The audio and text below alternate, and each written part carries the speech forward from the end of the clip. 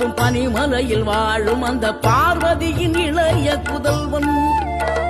ஆறுபடை வீடும் அருள் வழங்கும் முருகா அருகே நீ ஓடோடிவா. மூவிரண்டு முகம் சொலிக்க 2 கரங்களுடன் ஆதரவு தர ஓடிவா. ஆறுபடை வீடும் அருள் வழங்கும் முருகா அருகே நீ ஓடோடிவா.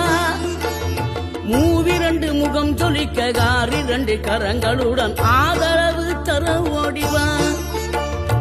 ஈசன் மகனே என்னை காக்க இங்க உனையன்றி வேறாரையா.